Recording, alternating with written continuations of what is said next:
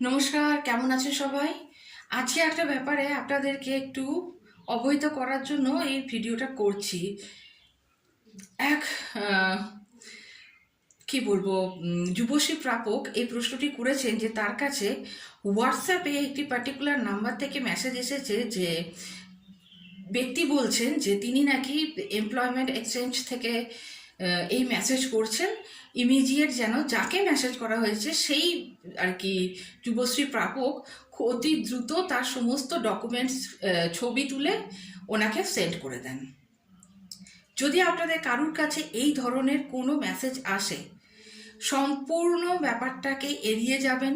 একটাও কোনো ডকুমেন্টস ওনাদের কাছে পাঠাবেন না, কল রিসিভ করবেন না, হোয়াটসঅ্যাপটিকে অ্যান্সার করবেন না।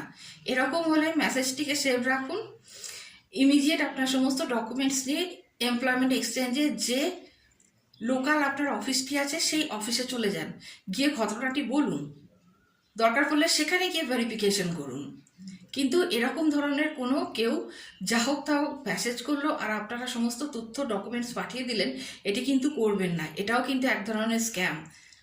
ভাবুন শুধু একবার, মানে পরিস্থিতি কোন পর্যায়ে পৌঁছেছে যে বেকার ছেলে মেয়েরা, হ্যাঁ, তারা ১,৫০০ টাকা করে মাত্র টাকা পাচ্ছে, তাও বহু বহু মাসের বাদে বাদে। সেই টাকাটাকেও হাতিয়ে নেওয়ার জন্য এই ধরনের নোংরা জঘন্য চক্রান্ত চলছে।